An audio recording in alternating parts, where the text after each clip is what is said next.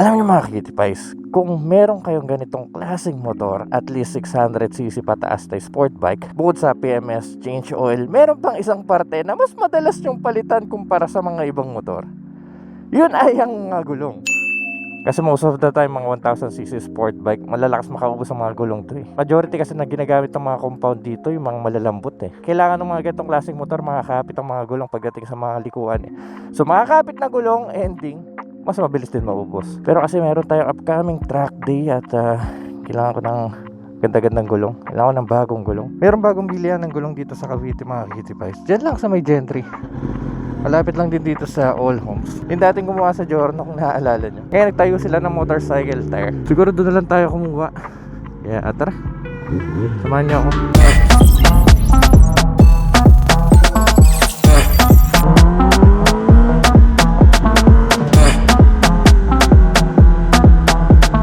Bukas yung top box ni tropa.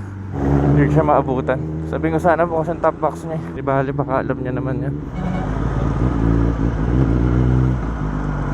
Kuya, bukas po yung top box nyo. Alam niya nga. LSF Auto Care. Pero hindi pa yan. Yung katabi niyan, LSF Moto X Motorcycle Tire. Kuya Lloyd in the house, oh. Bitaw Kuya Lloyd. Etong gulong na to, actually okay pa yung harap eh. Pero yung likod, sabay ko na dalawa. Gamit ko kasi dito ngayon, naka Michelin Power 5 ba to? 6 Power 5, mga 8K na din. Tagal din. Malayo na rin. 8K din. Sabi na to, malapit na. Malapit nang manghingi talaga. Ito pala yung ano mo. Dito pa rin, pwede pa rin sila magpaayos sa mga kotse dito, mga sakyan. Pati motor or sakyan lang muna, no? Sakyan lang. Tapos dito naman yung mga sa gulong, no? gulong ng motor. Ano bang mabisa mo dyan? Ito, tingin tayo dito. Ano bang mga brand mo dito? Michelin, Pirelli. Michelin, Pirelli. Dalawa lang para sa 10R. Metzeler. Metzeler meron din. Sa Pirelli, anong meron sa Pirelli? Para sa 10R. Diablo Rosso 3. Meron din namang Rosso 3. Angel ST. Hindi, pang ano to eh, pang touring to eh. Diablo Rosso. Rosso 3. May konting track pero more on street talaga siya. Oo nga, Sa Michelin, Michelin. Road 6 na. Parang, Kilala mo naman natin. Road 6. Ito. Power GP2. Ito yung 50-50, di ba? Hindi ba mas mabilis buhay nito? Pero mas maganda kapit nito. Oo naman, mas Oo. nakakapit. Okay din yung tread pattern niya, no? Ano pa bang meron dyan? Ito lang. Power 6 wala. Wala eh. Pero, pwede orderin. Pero may track day ako eh. Pag track, medyo lamang to. Ito, no? 200 ba to? Oo, 200. 190. Para naman pasok sa anin. Sa 10R. Hindi, magto 200 ako. Pero teka, hindi ko pa alam kung anong kukunin ko eh. Teka, tanggal lang tayo ng gamit pag-isip ako maigi. Dito tayo sa waiting area nila. Sarap ng aircon. Pero iniisip ko pa rin kung ano ipapalit natin eh. Magkano abutin kapag SC2? 120 yung harap, 200 yung likod. Pag SC2, yung pair, abutin ka ng 28,000. 28? Yes. Pwede na. Mas mura. Kaso kasi soft compound na kasi yun. Pang racetrack lang talaga eh. Madaling malita ng Excel like. Biran mo na mag-racetrack. Pero kung mag-Rosso Corsa 4 ako, yun medyo laban sa street. Ngayon, Kaso magkano? abutin ka ng 36,500 pag 200. 36.5. Ate rin pala, no? Copy ka muna habang nag-iisip ka. Pero sa Power GP, Kuya Lloyd? Power GP, 33,250 yung set pag 200. 33,250. Yes, 32,250. 33,250. Ay, paano mas mahaba buhay nun, eh, no? Oo naman. Michelin kasi yun. Sige, laban na. Power GP to. 33,250. 33,250. Budol. Ito ang Michelin Power GP2. Mag-stick tayo sa tire size na ginamit natin sa 10R. 120 at 200 yung likod. Actually, yung stock tire ng 10R, 190 yung ginagamit. Pero mas gusto kasi malapat eh. So, ito yung itsura ng tread niya. Pang sports talaga.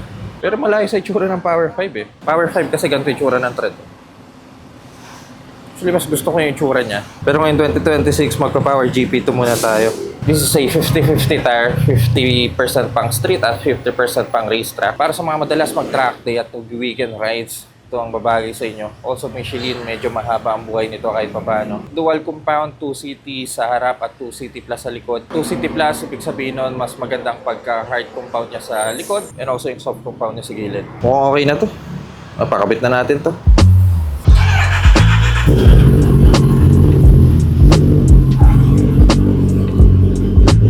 May tama pa pala to.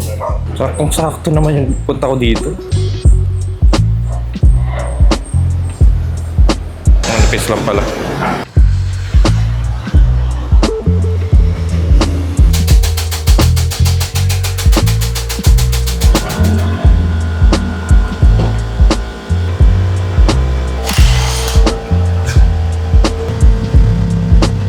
Maraming salamat sa serbisyo, Power 5.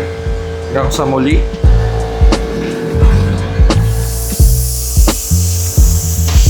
Inis ng soju, oh. Hindi ginagamit eh.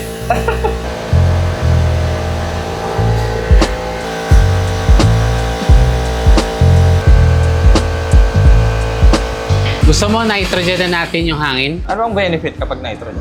Benefit ng nitrogen, unang-una, hahaba yung lifespan ng tire kasi medyo regulated yung temperature.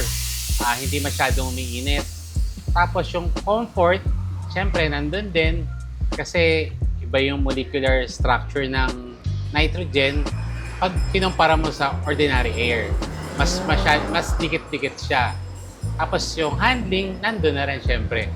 Sa temperature, ang kagandahan, nagiging mas stable siya. Kaya naiiwasan yung blowout ng gulong kasi hindi masyadong tumataas yung temperature. Naging stable siya. May additional charge, 150 per tire. Tapos pag galing sa amin naman yung tire, free yung top up as long as yung pa rin yung tire na ginagamit mo. Baka sila sales stock mo lang kaya ulit.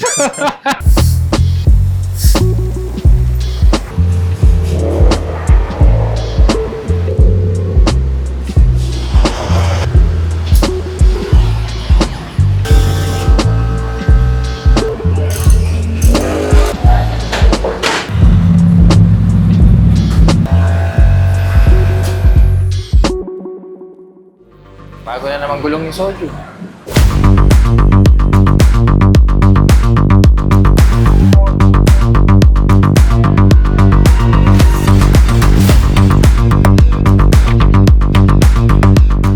Lloyd, magkano damage Oy, ko? bali 33,250 do sa pair ng tire, free na yung mounting, balancing, plus 300 do sa nitrogen refill. Bali 33,550. 33,550. Yes. Pero do sa mga cutie pies na pupunta dito, bibigyan ko ng special price, less 5%. 5%? Yes. Sa lahat ng gulong yun? Yes. Oh. Ano yung per set o per piece? Siyempre per set. Oh. Per set yun.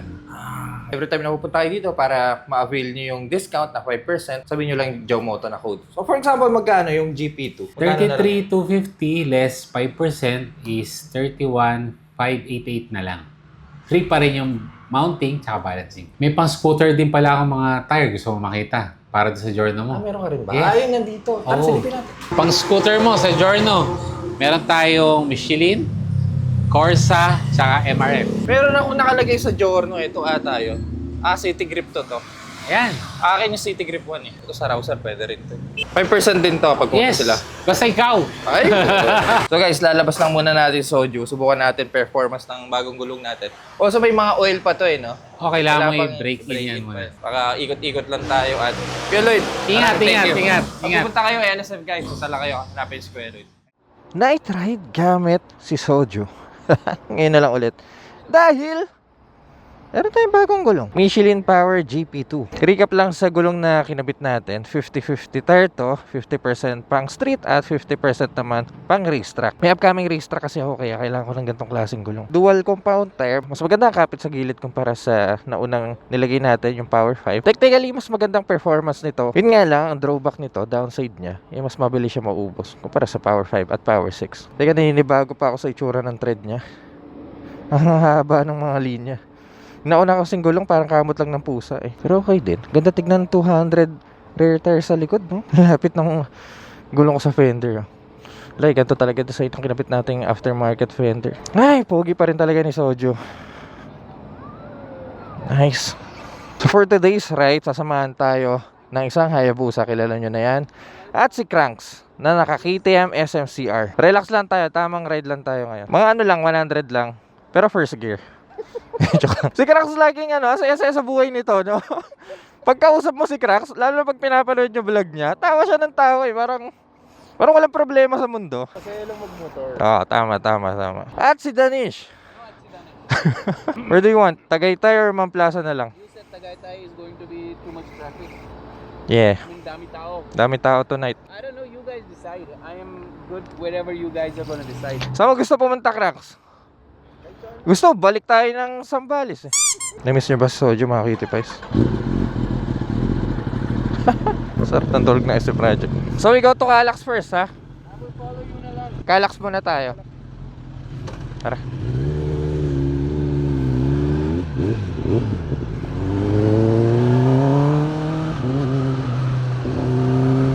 Ewan ko ba, pero parang puro yung kalsada ngayong gabi. Halos lahat ng tao nasa labas. Siguro kasi sahod, tapos weekend pa. So yung mga tao gumala. So ngayon ay pupunta tayo ng Tagaytay. Siguro exit na lang tayo sa Calax. Eh, pang-Calax na tayo, mga Kitty Pies. Problema sa Calax, may part dito na madilim eh. As in, sobrang dilim. Lalo na kapag malapit ka na sa silang. Ganda talaga manakbo ng tena.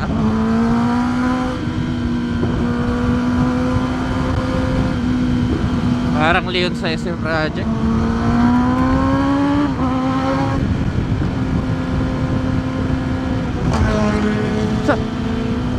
Naraulo talaga itong Hayabusa na to. Tapos babagal. Asar lang to eh.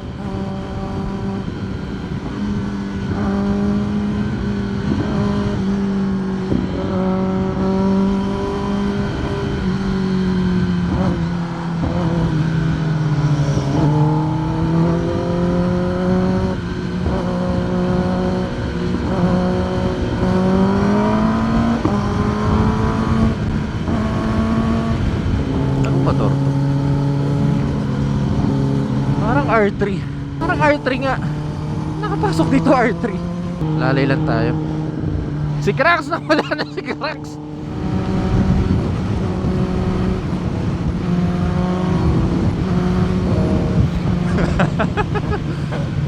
Madilim! Sara ulo ka.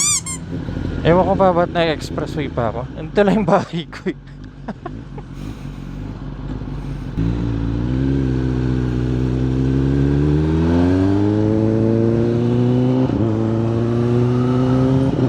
Ganda ng bagong gulong. May balibo pa sa likod. Bumira tayo kanina sa expressway.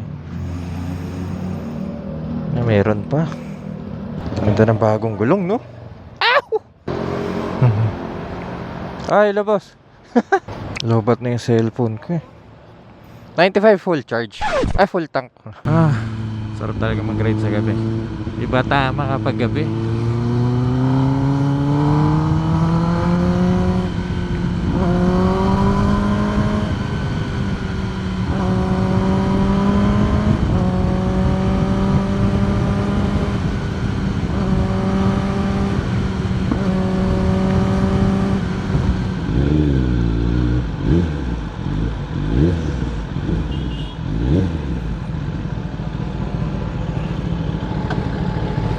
Ito sure ball, open to lagi.